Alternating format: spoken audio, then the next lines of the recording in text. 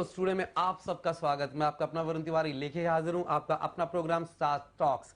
दोस्तों आज जो मेरे स्टार हैं सीधा इंडिया से आए हुए हैं, हरिद्वार से। जी हाँ, एक चैरिटेबल ऑर्गेनाइजेशन चलाते हैं। सो आओ बात करते हैं निरंजन जी के साथ। निरंजन जी स्टूडियो में आपका बहुत बहुत स्वागत। हमें बहुत अच्छा लग रहा है, हम आपको हरिद्वार में मिले थे और अब फिर से आप सिडनी में आए हुए हैं। तो आप फर्स्ट टाइम सिडनी आए हैं? हम फर्स्ट टाइम सिडनी आए हैं। पंडित जी, कौन सी अभी आप एक चैरिटी ऑर्गेनाइजेशन चला रहे हैं, उसके बारे में थोड़ा सा विचार प्रकट करेंगे, क्या है? चैरिटी आज के समय में जो शिक्षा है, चैरिटी शिक्षा का होना चाहिए। देखिए, गवर्नमेंट का काम है बिजली, पानी, सड़क, शिक्षा, लेकिन जो हमारी जो वैदिक एजुकेशन है, जिसको हम धर्म विज्ञान कहते हैं, उसका अभाव है। भारत विकसित राष्ट्र नहीं है, भारत अभी विकासशील देशों की गिनती में शुमार है, लिस्ट में है। और कभी वो भारत बहुत विशाल हुआ करता था, बहुत विशाल भूभाग। आज भी जो उसके क्षेत्र में देश आते हैं उसको भारतीय उपमहाद्वीप के देश कहे जाते हैं। भारत बहुत प्राचीन दुनिया का देश रहा है, आर्यावर्त रहा है। बड़े बड़े टापू बाद में डेवलप हुए, वहाँ आबादी बाद में आई, जनता वहाँ बाद में आए। लेकिन जो भारतीय परंपरा, जो भारतीय शिक्षा व्यवस्था थी, कोई ज़माना था जब लोग तक्षशिला में पढ़ने जाते थे, लोग बिहार के नालंदा में पूरी दुनिया के लोग पढ़ने जाते थे, लेकिन वो उसका पराभव हुआ। पूरी दुनिया के आक्रमणकारी आए और शायद दुनिया में जितना भारत ने आक्रमण झेला है वो किसी राष्ट्र ने उतना आक्रमण नहीं झेला है। इतने आक्रमण झेलने के बाद भी आज भारत एक हिमालय की तरह खड़ा हुआ है। आप ये बताएं कि कैसे आपने पूरी लाइफ। तो हम उसके बारे में भूमिका बता रहे थे जी।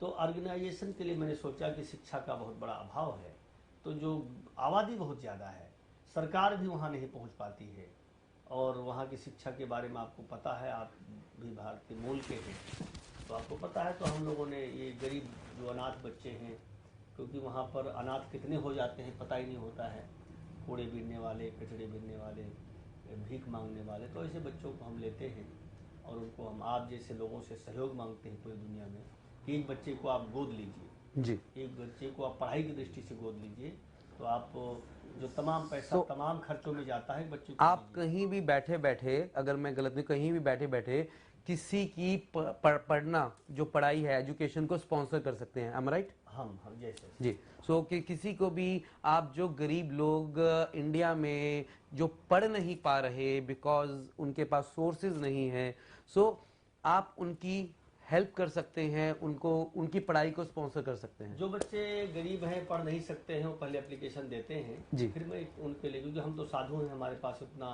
धन नहीं है, लेकिन हमारी धन संपत्ति हमारा समाज है। जी। तो समाज के किसी वर्ग से मैं कहता हूँ कि एक बच्चा गरीब है, आप उसको स्पॉन्सर किए, तो मैं एक माध्यम बनता हूँ, फिर उस बच्चे का हम पढ़ाई का पूरा खर्चा उठाते हैं। आप ओके, आप वहाँ पे वो करते हैं। वो करते हैं। और मैंने देखा कि 100-200 साल पहले जी। जो हमारे पूर्वज पूरे दुनिया में गए, गुयाना में गए, मॉरिशस में गए, फिजी में गए, ऑस्ट्रेलिया, त्रिनिदाद, पूरे वर्ल्ड में गए, तो सभी धर्मों के लिए अपने अपने तीर्थ उसके प्रिय होते हैं। ऐसे हर हिंदू के लिए गंगा प्रिय है, हरिद्वार प्रिय है। तो वो चाहता है कि मेरी शरीर कहीं भी छूटे लेकिन मेरी अस्थि गंगा में विसर्जित हो, मेरे घर में गीता रामायण हो। तो ऐसा रुद्राक्ष की गले में वो सोना चांदी जीवन भर पहने, लेकिन अंतिम समय में वृद्धावस्था में सोचता है कि मेरे गले में तुलसी की माला हो। हर हिंदू की इच्छा होती है। तो मेरा एक संकल्प है कि पूरे दुनिया में गंगा जल और पूरी दुनिया में हम रुद्राक्ष की माला पहुँचाएँ, और जो 10-20-50 साल से उनकी अस्थियाँ घरों में मंदिरों में रखी हैं, भारत नहीं जा पा रही हैं, मैं उनको लेके जा करके गंगा में विसर्जित करूं, उनको स्वर्ग की ओर प्रस्थान करूं। ऐसी हमारी मान्यता है। आप बहुत अच्छा कर रहे हैं और बहुत बहुत शुक्रिया कि आप हमारे प्रोग्राम में आए, हमने आपके साथ बातचीत करने का मौका मिला। और जाते जाते एक क्वेश्चन आपसे, जाते जाते, कि ये जो लाइफ है ये किस तरीके से जीनी चाहिए? बहुत अच्छा प्रश्न है। जिंदगी लाजवाब है, बेकार में सवाल मत कीजिए। सांस सच्चाई है, जीने दो मुहाल मत कीजिए। ये माना कि मौत में तब्दील होगी हंसती सी जिंदगी। आज ही जी लो जी भर, कल का ख्याल मत कीजिए। आज ही जी लो जी भर, कल का ख्याल मत कीजिए। तो जीवन है, जिंदगी है, जिस जिंदगी में जीवन नहीं हो और जीवन में जिंदगी नहीं हो तो किसी काम की नहीं होती है। एक एक पल, एक एक क्षण मनुष्य को जीना चाहिए। एक देसी कहावत है, हारिए न हिम्मत, बिसारिए न राम। अपने पुरुषार्थ कीजिए, हिम्मत को हारिए नहीं, प्रभु को दिल में रख करके और काम को दिमाग में रख करके।